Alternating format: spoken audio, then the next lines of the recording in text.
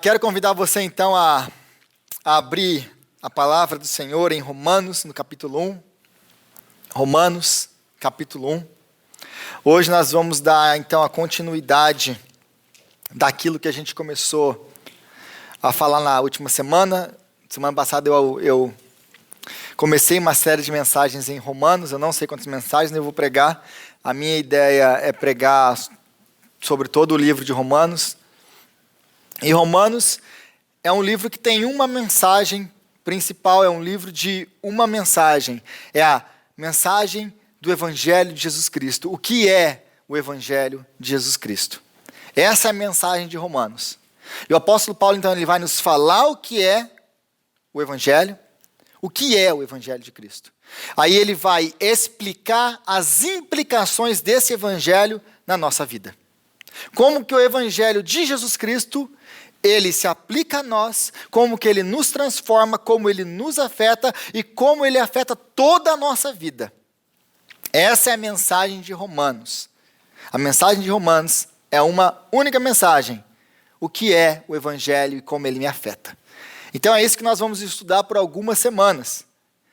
Porque eu acredito nisso. Não existe mensagem acima dessa mensagem. Não existe nada mais importante na vida do ser humano do que entender a gloriosa mensagem de Jesus Cristo no seu Evangelho.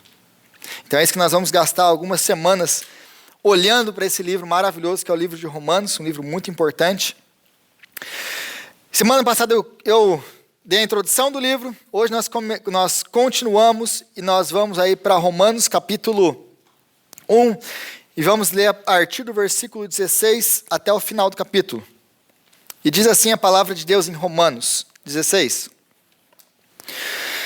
Não me envergonhe do Evangelho, porque é o poder de Deus para a salvação de todo aquele que crê, primeiro do judeu, depois do grego, porque no Evangelho é revelada a justiça de Deus, uma justiça que do princípio ao fim é pela fé. Como está escrito, o justo viverá pela fé. Portanto, a ira de Deus é revelada dos céus contra toda a impiedade e injustiça dos homens, que suprimem a verdade pela injustiça. Pois o que de Deus se pode conhecer é manifesto entre eles, porque Deus lhes manifestou. Pois desde a criação do mundo, os atributos invisíveis de Deus, o seu eterno poder, a sua natureza divina, têm sido vistos claramente, sendo compreendidos por meio das coisas criadas, de forma que tais homens são indesculpáveis, porque tendo conhecido a Deus, não o glorificaram como Deus, nem lhe renderam graças, mas os seus pensamentos tornaram-se fúteis e o coração insensato deles obscureceu-se. Dizendo-se ser sábios, tornaram-se loucos e trocaram a glória do Deus imortal por imagens feitas segundo a semelhança do homem mortal, bem como a de pássaros, quadrúpedes e répteis. Por isso, Deus os entregou à impureza sexual, segundo os desejos pecaminosos do seu coração, para a degradação dos seus corpos entre si. Trocaram a verdade de Deus pela mentira, e adoraram e serviram a coisas e seres criados em lugar do seu Criador, que é bendito para sempre. Amém. Por causa disso, Deus os entregou a paixões vergonhosas. Até as suas mulheres trocam suas relações sexuais naturais por outras contrárias à natureza. Da mesma forma, os homens também abandonaram as relações naturais com as mulheres e se inflamam de paixão uns pelos outros.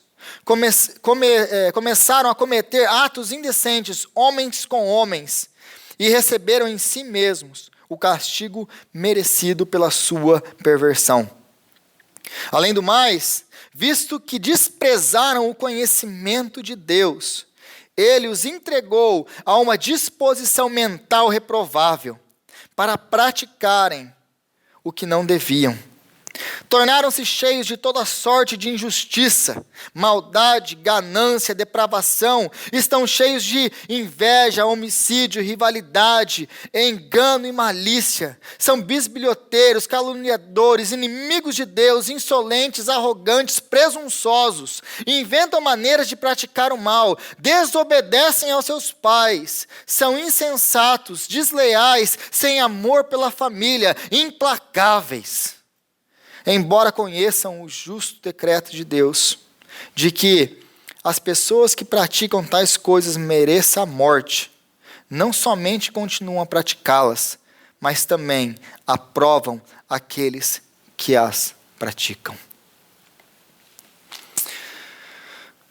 A ira de Deus, esse é o nosso tema da nossa mensagem. Quando eu fiquei hoje, eu coloco isso aqui lá no grupo ou não coloco? Eu coloco na internet, eu aviso o que eu vou pregar hoje ou não coloco? Porque quando a gente coloca o que a gente ia pregar antes, já começa a aparecer um seletor lá.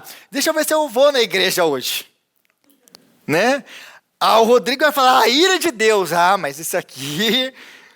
O Rodrigo vai falar do inferno, da ira de Deus. Então... Estou surpreso, porque eu achei bastante gente. Mas a ira de Deus. Esse é o tópico dessa noite. A ira de Deus. É disso que o apóstolo Paulo está falando nesse texto. Ele está introduzindo o que é a ira de Deus. Então, a gente começa aí nos versículos 16 e 17, a pregação do evangelho em 1 minuto. O apóstolo Paulo, ele condensa toda a sua teologia, toda a mensagem do evangelho nesses dois versículos iniciais que nós lemos no começo aqui. Ele condensa tudo isso daqui, para ele começar então, a partir daqui, a explicar o que é o evangelho. Então, em linguagem mais acadêmica, esse aqui é a sua tese. É a tese do apóstolo Paulo. Qual que é a sua tese? Versículo 17, porque no evangelho é revelada a justiça de Deus, uma justiça que do princípio ao fim é pela fé. Como está escrito, o justo viverá pela fé. O justo viverá pela fé. Então essa é a sua tese, a tese do apóstolo Paulo. A partir de agora ele vai começar a explicar o que ele quer dizer com tudo isso. Por quê? Porque isso aqui nos remete a uma pergunta. Qual a pergunta? Por que eu preciso da justiça de Deus? Por que a justiça de Deus é necessária? Aliás, muitas pessoas perguntam, por que Cristo é necessário? Por que Cristo tinha que vir, que morrer? Pessoas que estão, às vezes, na igreja há muitos anos não conseguem responder essa pergunta. E elas mesmas têm dúvidas de qual que é a relação de tudo isso. Jesus, ele paga o preço dos meus pecados naquela cruz. Mas como? Como que um homem que viveu há 2000 anos atrás, lá na Galileia, pode pagar os preços dos meus pecados hoje? Aliás, como que um homem que viveu há 2000 anos atrás na Galileia pode pagar o preço dos nossos pecados hoje? E de tantos quantos crerem no seu nome no futuro. Como? E é isso que o apóstolo Paulo está respondendo aqui na sua carta. Como que o evangelho nos afeta. Então, a necessidade de entender o porquê que eu preciso da justiça de Deus. Nós precisamos da justiça de Deus por causa da ira de Deus. Deus, ele não é um ser como nós. Deus não é pecador. Deus é santo. E a sua santidade demanda justiça. A sua santidade demanda pagamento da parte de pecadores. E é isso aqui que ele vai começar a construir. Então, o apóstolo Paulo, ele fala, a justiça por meio da fé.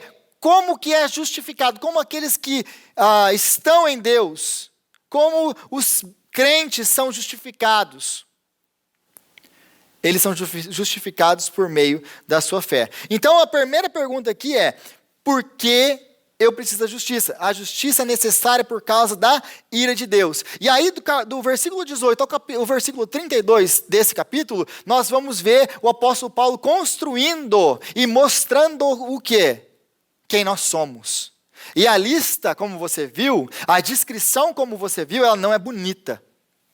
Nem um pouco bonita.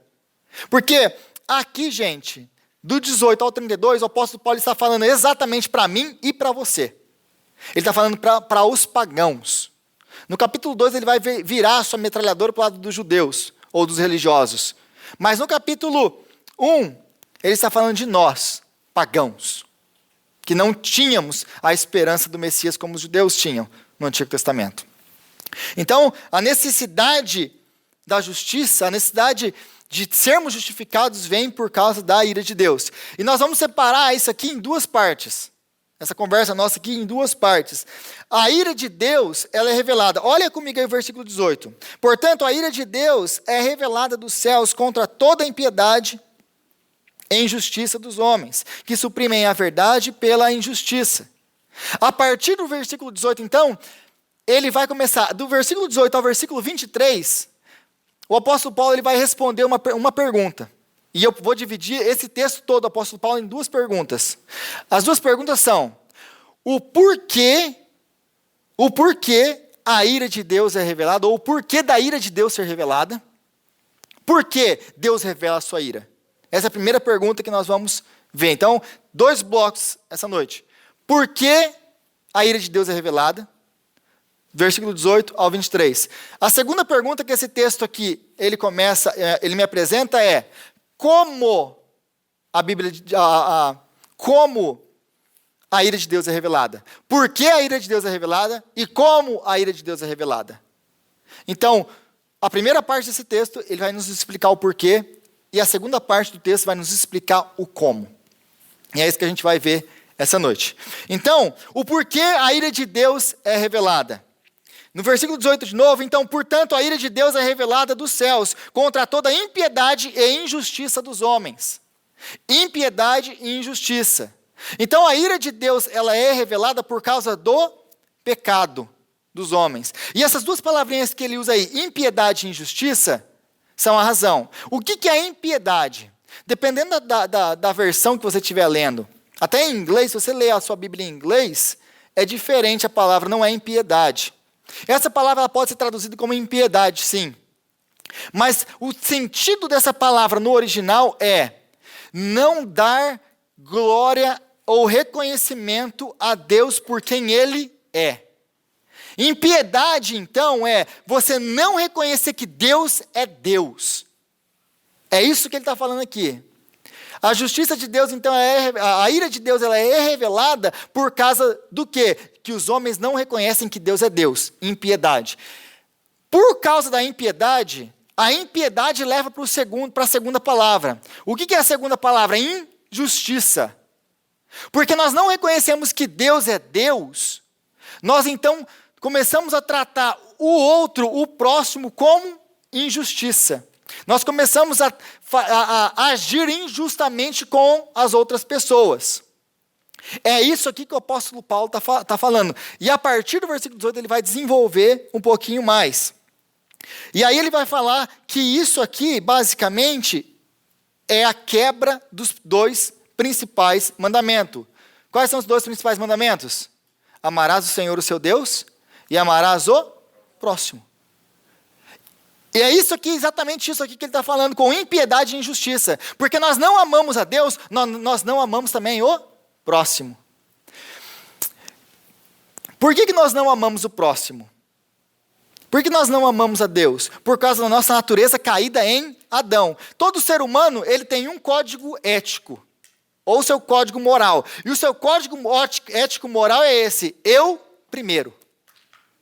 Eu primeiro. O que importa sou eu. Se os outros, o que vai acontecer com os outros, para mim não faz diferença. Esse é o nosso código moral daquele ser humano caído, carnal. Naturalmente, nós somos sempre pensadores de nós mesmos. Eu vou sempre o quê? Pensar em mim mesmo. O que é bom para mim. O outro, ele que se vire com Deus. É aquela historinha de quando você era moleque, pequeno, jogando bola. Ah, como vai ser hoje? Cada um por si, Deus por todos. Gente, isso é o ser humano. É cada um por si, Deus por todos. Não, Deus, abençoa lá quem não tem alimento, abençoa lá quem não tem o que comer, o que vestir, o que beber, mas a minha casa tem que ter. E aí o que eu faço para mudar essa história? Nada. Deus, abençoa lá, mas eu uso a minha igreja, eu uso você, eu uso a sua vida para abençoar. Vai lá e abençoa. Mas nosso código é eu primeiro. Por causa disso, nós não amamos a Deus, nós não amamos o próximo. E aí, uma coisa que começa às vezes, esse geralmente é aquilo que algumas pessoas que não acreditam no cristianismo, elas perguntam, tá bom, mas e aqueles que não conhecem o cristianismo, que não conhecem a Deus, que não conhecem, não acreditam em Deus, os ateus? Eles fazem boas obras, eles fazem boas coisas, eles não fazem boas coisas? E eles não acreditam, então eu não preciso de Deus. Porque o que a gente assume aqui é, nós precisamos amar a Deus para poder amar as pessoas. Se nós não amamos a Deus, nós não conseguimos amar as pessoas. Mas e o ateu? Que não acredita em Deus, que não ama a Deus? Bom, em primeiro lugar, duas respostas para isso. Em primeiro lugar, segundo a Bíblia, não existe ateu. Você é aquilo que você adora. Todos nós aqui adoramos alguma coisa. Ou você adora a Deus, ou você adora qualquer outra coisa que você colocou no lugar de Deus. Seja lá o seu trabalho, seja lá o dinheiro, seja lá qualquer outra coisa que você colocou no lugar de Deus. Nós todos, a Bíblia diz que todos nós adoramos algo. Nós somos escravos daquilo que nós adoramos. Quando Deus tira o povo de Israel do Egito, quando eles tiram da escravidão do Egito, eles eram escravos de Faraó. Mas Deus os tira de lá para serem escravos de Deus. Então nós sempre vamos ser escravos de alguém. Só que se nós somos escravos de Deus, nós encontramos liberdade em Deus. E qualquer outra coisa vai nos escravizar e vai vir atrás de nós. Como o Faraó veio atrás dos israelitas dizendo, ou vocês me servem ou vocês morrem.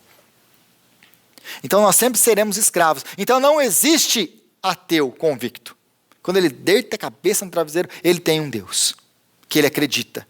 Aliás, o ateu ele acredita que ele mesmo é a medida de todas as coisas. Ele é o seu próprio Deus.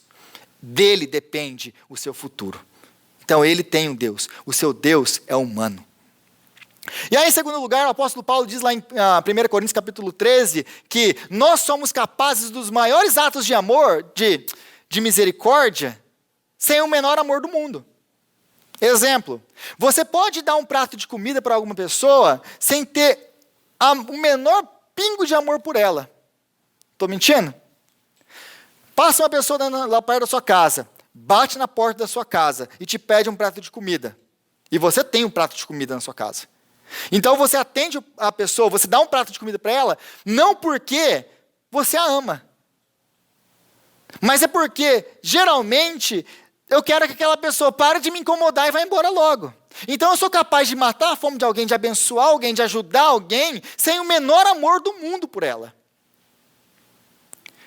E o problema é que muitas das vezes, gente, esses fazer boas obras, eles estão ligados ao quê?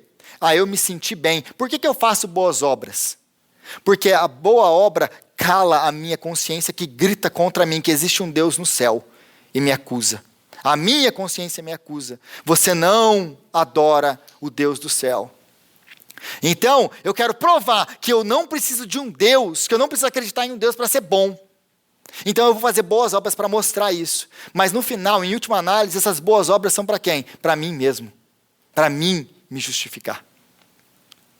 Então a gente não tem essa opção. Não existe o bom ateu. Existem homens que adoram outro Deus, que não é o Deus do céu. Então a ira de Deus, ela se manifesta por causa da quebra dos 10 mandamentos, que nós resumimos já em 2. Amar o Senhor e amar a próximo.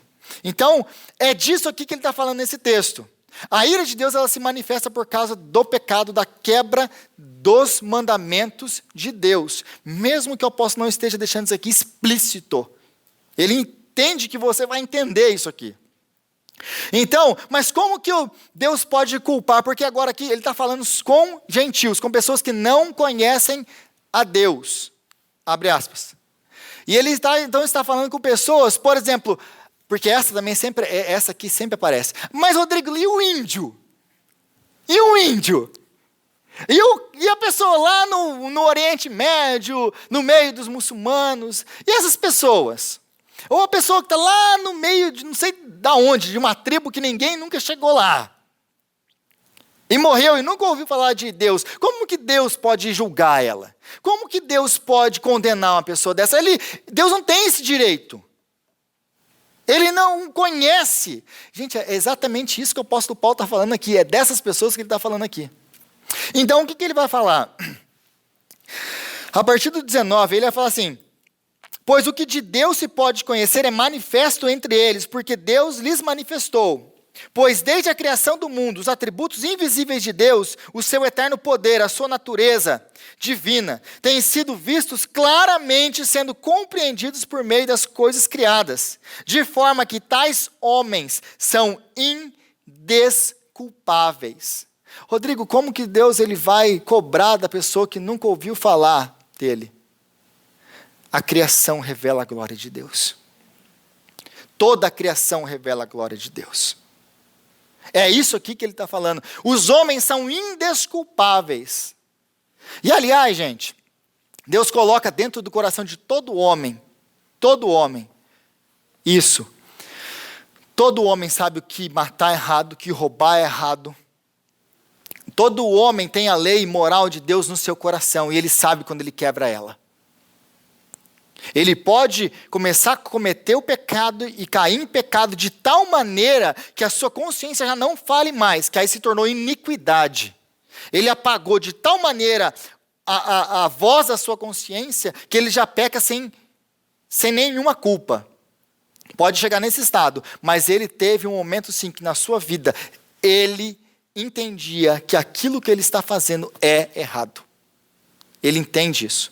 Então, todos os homens, não existe ninguém desculpável diante de Deus. Ninguém. Por quê? Porque a natureza declara a glória de Deus. Então, tais homens são indesculpáveis. E aí, ele vai falar em duas coisinhas. O apóstolo Paulo vai falar duas coisinhas. Eles entenderam que eles são indesculpáveis, entendeu a glória de Deus na revelação da sua criação. Mas esses homens, em primeiro lugar, eles não glorificaram a Deus. E em segundo lugar, eles não deram graças a Deus. Então a justiça de Deus, ela se revela porque os homens não reconhecem que Ele é Deus. E a ira de Deus, ela se revela por causa do quê? Porque eles não dão graças a Deus. Por entender que toda boa dádiva que nós recebemos todo santo dia é graça e pura graça de Deus. Tudo que nós recebemos, seja nós aqui crentes, seja o pagão lá fora, tudo isso é graça de Deus. E eles sabem disso, mas eles não reconhecem isso. Eles então não reconhecem que Deus é esse Deus, que não glorificam a Deus e que Deus é esse Deus gracioso que dá tudo. Por causa disso a ira de Deus se manifesta. E aí você pode me perguntar, mas qual que é o problema de não dar graças a Deus? Qual é o problema? No que isso afeta a Deus? Se eu dou graças para Deus, se eu não dou graças para Deus? Deus vai ser diminuído se eu der graças para Ele ou não? Ele não vai continuar sendo o mesmo Deus? Por que esse seu Deus quer tanto que a gente reconheça e glorifique Ele? Por que esse seu Deus quer que a gente dê graças para Ele? Reconheça. Esse seu Deus é um Deus mesquinho, é um Deus carente de adoração, carente de os outros ficar reconhecendo, que legal que você fez. Essa geralmente é a acusação. E realmente, você dar graças ou não, você glorificar ou não a Deus, não vai mudar quem Ele é. Ele é Deus. Ele é Deus. Mas existem algumas consequências. E qual que é o problema? O problema é porque nós não reconhecemos que somos criaturas e por isso dependentes do Criador, nós nos tornamos os nossos próprios deuses, fazendo o que é certo aos nossos próprios olhos. Porque nós não damos graças, porque nós não glorificamos a Ele e não rendemos graças a Ele, no que nós assumimos? Como nós nos posicionamos por causa disso? ou como consequência disso. Nós nos posicionamos assim, não nos reconhecemos como criaturas. Nós não assumimos, porque nós não glorificamos a Ele e não expressamos graça a Ele, nós assumimos que eu sou suficiente. Porque o que é dar graça? O que é glorificar outro? É assumir que você é dependente de alguém. Que você não é o seu próprio, você não se sustenta, que você não pode se manter sozinho. É isso que é dar graça. É por isso que nós dizemos obrigado, é por isso que nós reconhecemos o outro. Muito obrigado por aquilo que você fez, porque nós dependemos uns dos outros.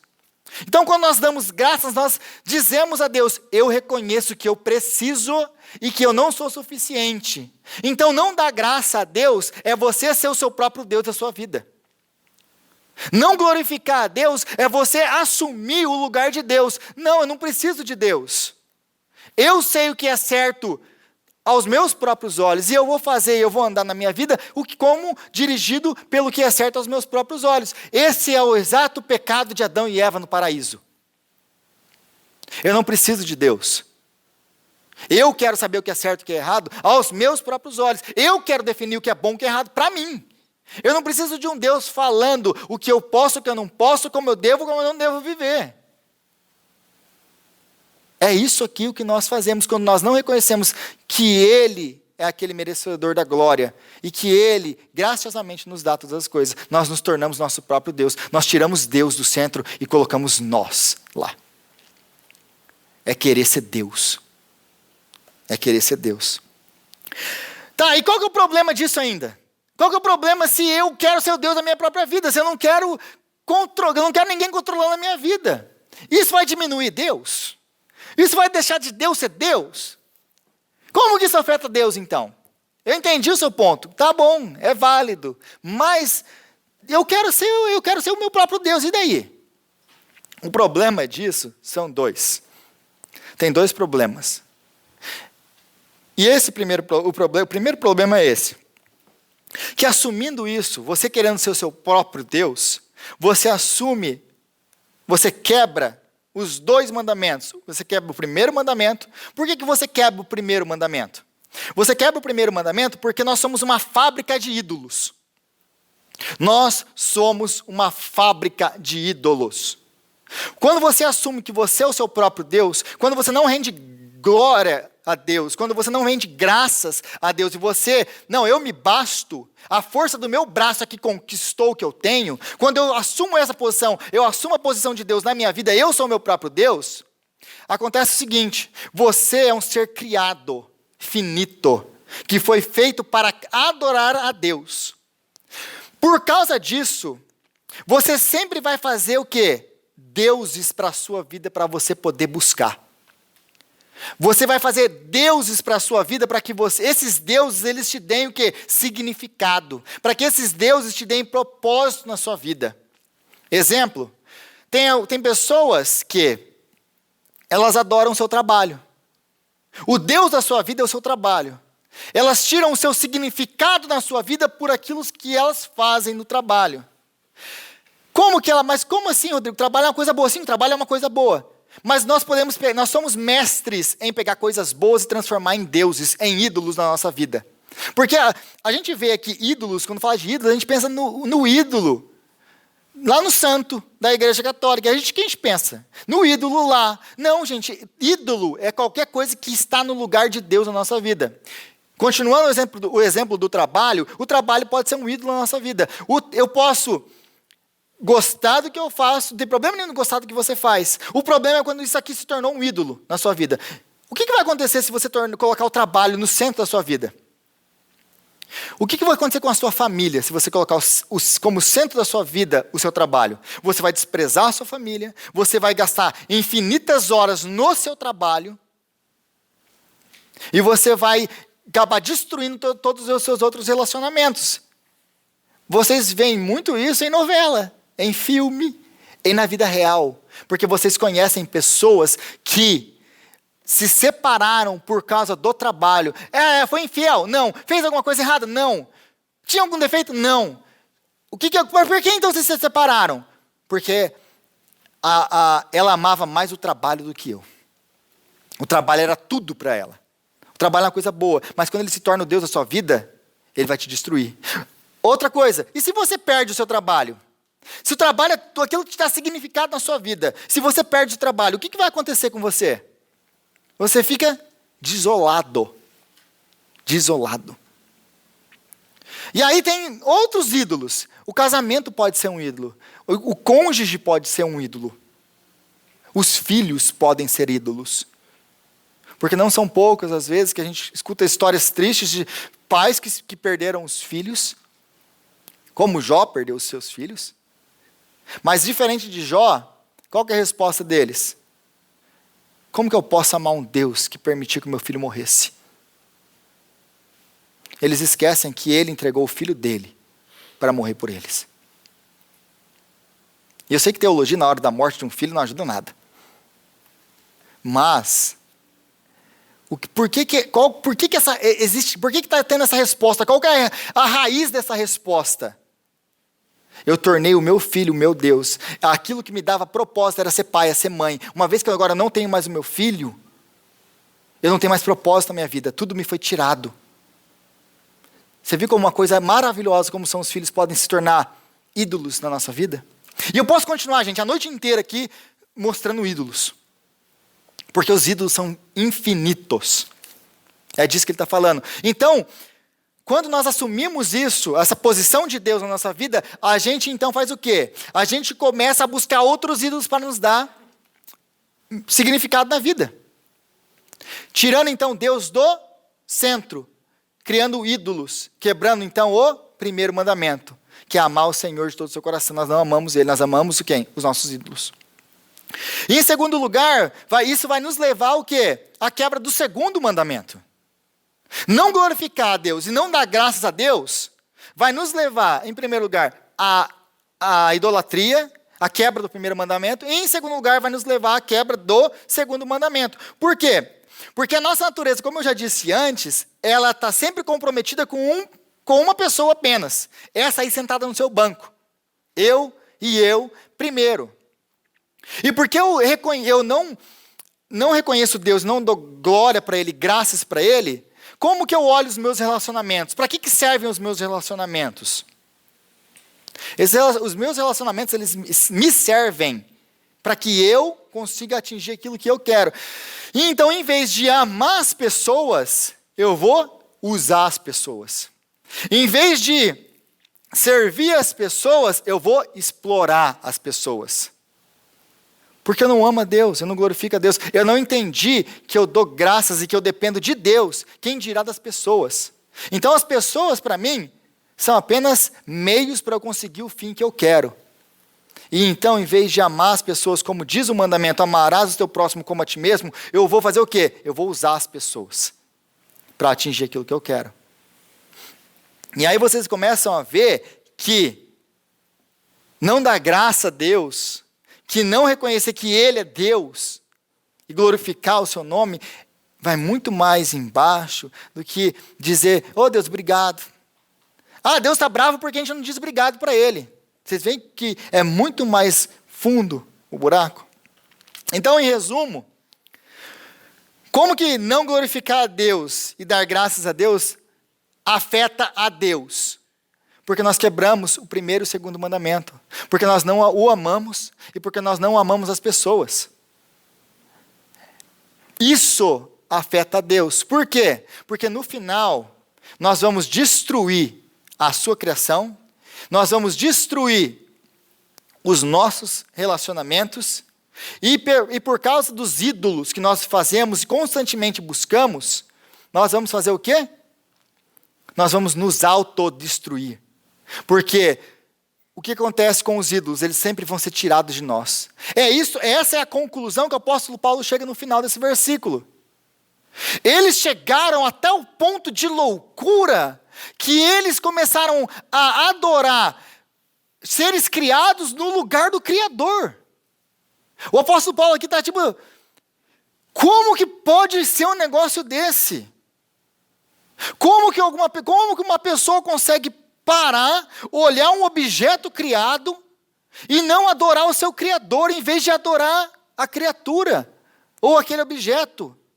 É a mesma coisa que um artista. O artista ele vai lá e, por exemplo, faz um quadro, ou faz uma obra-prima, ou faz uma música, ou escreve um livro.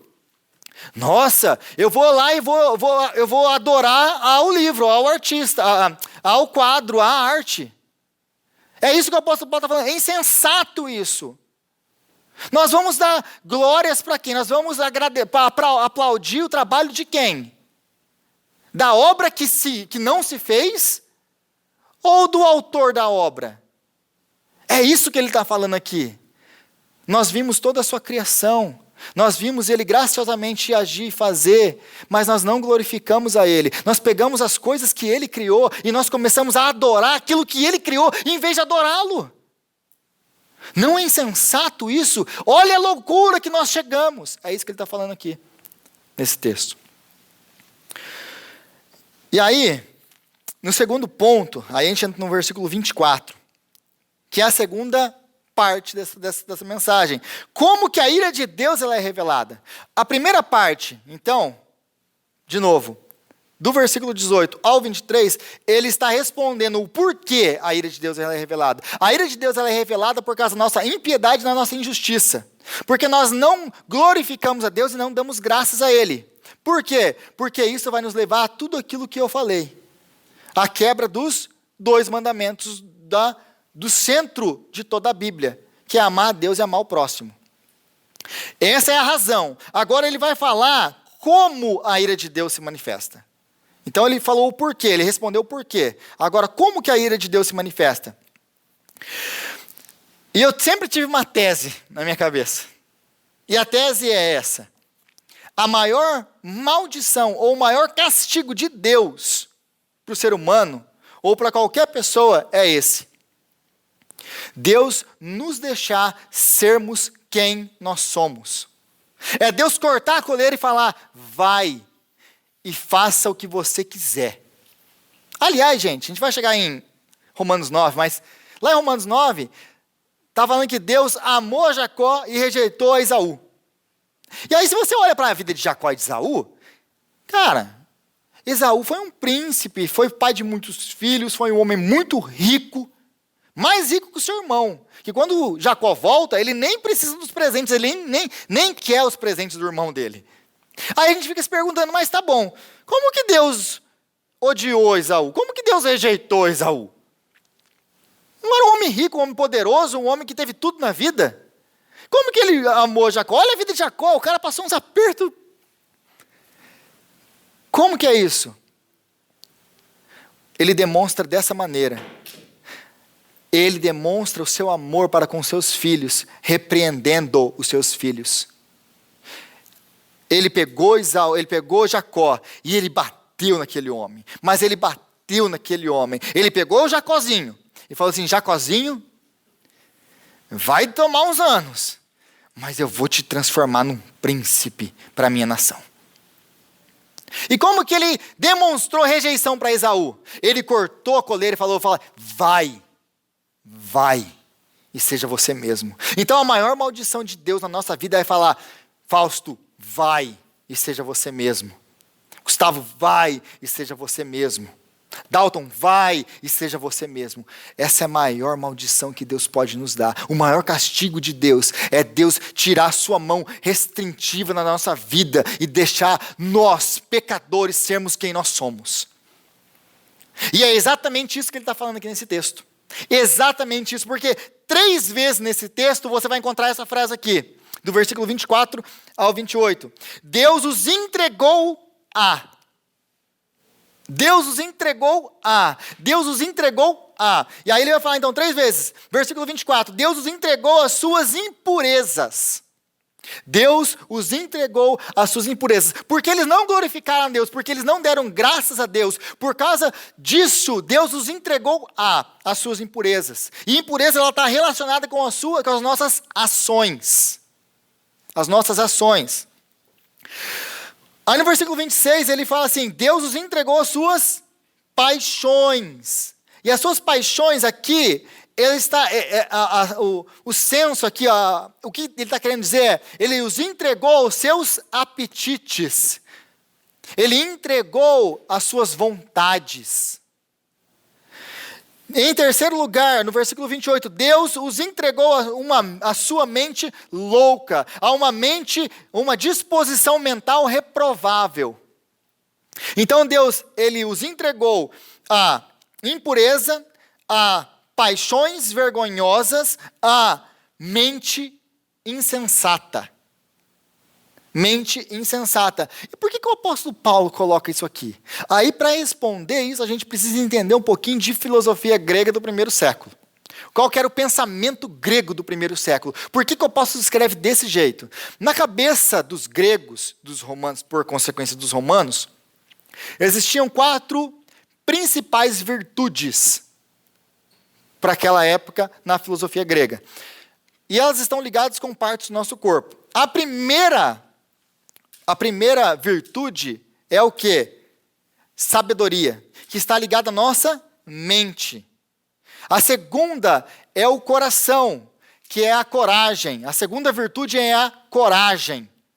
Por quê? E a coragem ela está ligada ao seu coração, a você ser uma pessoa corajosa. A terceira virtude, ela está ligada ao quê? A domínio próprio, ou ao estômago, aos seus apetites.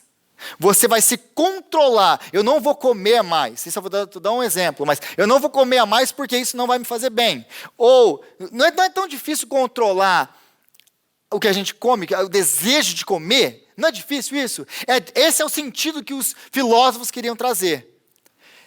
O autocontrole é uma virtude no sentido de controlar as nossas paixões, de controlar os nossos impulsos, os nossos desejos. Eu estou dando um exemplo aqui de comida, mas você coloca o que você quiser nesse. O nosso desejo de ganhar dinheiro. Aquele negócio é uma paixão tão grande que aquilo eu faço qualquer coisa para ter aquilo. Inclusive matar, roubar e destruir.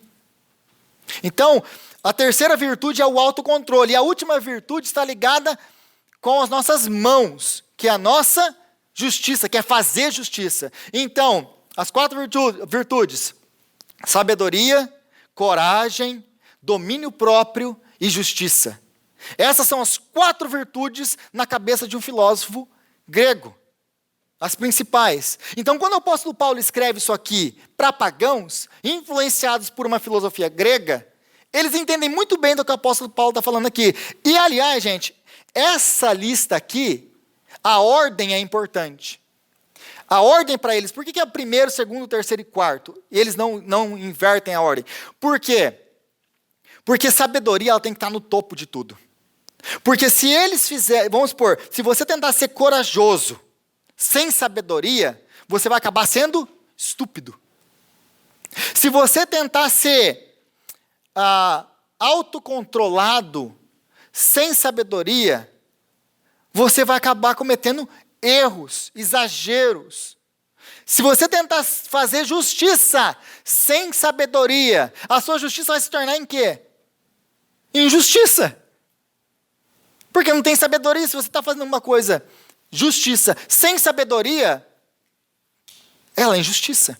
Então, aí nós voltamos e nós vemos aqui, então, que o apóstolo Paulo, ele fala, ele os entregou a todas essas coisas. E no final ele fala, ele os entregou a uma mente reprovável. Ele os entregou a uma disposição mental reprovável.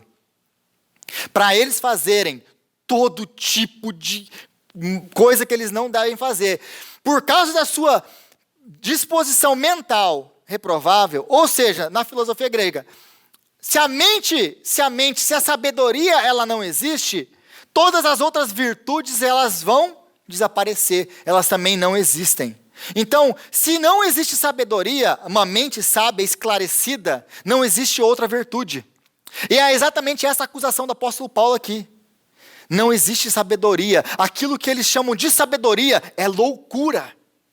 Porque eles trocaram a glória do Deus imortal por imagens feitas por mãos humanas. E aí ele, a partir do versículo 28, ele vai dar essa lista que a gente leu aqui no começo. Qual lista? Além do mais, visto que desprezaram o conhecimento de Deus, ele os entregou a uma disposição mental reprovável, para praticarem o que não deviam. O que procede de uma disposição mental reprovável? O que acontece quando Deus, Ele não nos dá sabedoria para viver. O que acontece quando a sabedoria de Deus não está em nós? Acontece isso. Tornaram-se cheios de toda sorte de injustiça, maldade, ganância, depravação, e estão cheios de inveja, homicídio, rivalidade, engano e malícia. São bisbilhoteiros, caluniadores, inimigos de Deus, insolentes, arrogantes, presunçosos, inventam maneiras de praticar o mal, desobedecem aos seus pais, são insensatos, desleais, sem amor pela família, implacáveis, embora conheçam os justos decretos de Deus, de que tais pessoas que praticam tais coisas merecem a morte, não somente continuam a praticá-las, mas incentivam outras a praticarem também. Uma disposição mental reprovável que Deus nos entregou ao pecado, quando Deus entrega o ser humano ao seu próprio raciocínio, sabedoria, a sua sabedoria própria, a lista que segue é isso aqui. E então, quando o apóstolo Paulo escreve, Deus nos entregou, isso aqui, eles entendem que é natural que aconteça, porque não tem sabedoria. Se não existe sabedoria, essa é a consequência. E a gente vê lá em Provérbios capítulo 9, versículo 10, o seguinte: o princípio da sabedoria é o temor do Senhor. O princípio da sabedoria é o temor do Senhor. Então, volta lá para o começo. Por que a ira de Deus ela é manifestada? Porque eles não glorificaram a Deus, porque eles não temeram a Deus, porque eles não deram graças a Deus, porque eles desprezaram o conhecimento de Deus. Se o princípio da sabedoria é o conhecimento do Senhor, é reconhecer que Ele é o temor do Senhor, que Ele é Deus, esse é o princípio de tudo. Se eu não tenho isso, o que me sobrou? Nada. Nada. Então, por não conhecer Deus, reconhecer Deus como Deus, Ele os entregou a sua falta de sabedoria para fazer coisas repugnantes. Então, como eu disse, o maior castigo de Deus é nos entregar a nós mesmos. Deus, Ele não precisa fazer mais nada. Aliás, gente, no capítulo, aqui no começo do capítulo, fala: a ira de Deus, ela é revelada dos céus. Então, não é que um dia Deus vai revelar a sua ira. A sua ira já está revelada. Deus já está atuando com ira nesse mundo. Aí ela já está, ela não vai ser, ela é revelada. Aí o salmista ele fala uma coisa muito importante no Salmo 37, ele diz assim: alegra-te no Senhor, e Ele satisfará os desejos do seu coração. Alegra-te no Senhor, e Ele satisfará os desejos do seu coração. Por que eu tenho que me alegrar no Senhor? Para Ele, então, satisfazer os desejos do meu coração. Qual que é a relação dessas duas coisas? Se o coração estiver em Deus, se o nosso coração e ele estiver em Deus, nós podemos ter tudo ou nada. Se nosso coração ele estiver em Deus, nós podemos ter tudo nesse mundo, ou não ter nada desse mundo. E não vai ter nada que nos afaste de Deus. Se nosso coração, se a nossa alegria estiver em Deus, nós podemos ter tudo ou nada, que nada vai nos separar desse amor, que nada vai tirar-nos da presença de Deus, que nada vai tirar a nossa alegria. A gente vai poder então falar o que o apóstolo Paulo falou em Filipenses: aprendi a estar contente em toda e qualquer circunstância. Por quê? Porque a minha alegria é Ele. Se eu tenho, amém. Se eu não tenho, glória a Deus. Deus me deu, Deus tirou, glorificado seja o nome do Senhor. Contudo, se Deus, Ele não é o centro, se Deus não é a sua alegria, é o que eu coloquei aí, se o nosso coração não estiver nele, podemos ter tudo, mas nada vai nos preencher. Você entende por que então que a nossa alegria tem que estar no Senhor? E Ele vai satisfazer os desejos do nosso coração. Porque Deus pode nos dar tudo, que nada vai tomar o lugar dEle no nosso coração. Então Ele pode nos dar tudo. Contudo, se o nosso coração não está nele, Ele não é o centro da nossa vida, Ele não é a nossa alegria, nós podemos ter todas as coisas desse mundo, nós podemos ser bilionários, ter tudo desse mundo, sermos donos do mundo inteiro, mas nada vai nos preencher se a nossa alegria não é Ele. Então nós podemos ter tudo, se nós não temos Ele, nós não temos nada. Se a nossa alegria não é Ele, nós não temos nada. Agora, se Ele é a nossa alegria, tendo tudo ou tendo nada, nós nos alegramos no Senhor. E a nossa alegria, quem pode tirar a sua alegria? Porque todas as outras coisas, gente, podem ser tiradas de você. Mas tem uma coisa que ninguém te tira. Ninguém te tira. Ninguém te tira o amor de Deus que é nosso por meio de Jesus Cristo. Senhor, nós te agradecemos, ó Pai, pela tua palavra, que é viva, que é verdadeira, que traz esperança, que traz confronto. Mas Deus, que demonstra o tamanho do teu amor por nós. Obrigado, Deus, porque essas pessoas aqui, esse relato aqui que nós acabamos de ler, esses pecados que nós acabamos de ler, essa aqui, Senhor, era a nossa vida antes de te encontrar.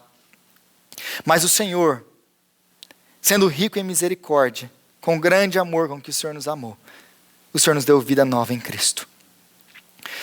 O Senhor tirou de nós essa mente caída. O Senhor tirou de nós essa mente inclinada para o mal e nos deu uma mente sábia que teme o Senhor. O Senhor nos ensinou que o Senhor tem que ser Deus na nossa vida e que nós somos criados para te adorar, para te render graças e para reconhecer que o Senhor é Deus. Deus, que essas verdades que nós aprendemos hoje, elas possam se tornar realmente fundamentos da nossa fé e na nossa vida, na nossa caminhada com o Senhor. Que o Senhor seja, ó Pai, a nossa alegria. A nossa alegria. E aí, Senhor, a gente pode ter tudo ou não pode ter nada, porque a nossa alegria ninguém tira, porque a nossa alegria é o Senhor. Dá-nos, ó Pai, isso. É o que nós te pedimos, em nome de Jesus. Amém.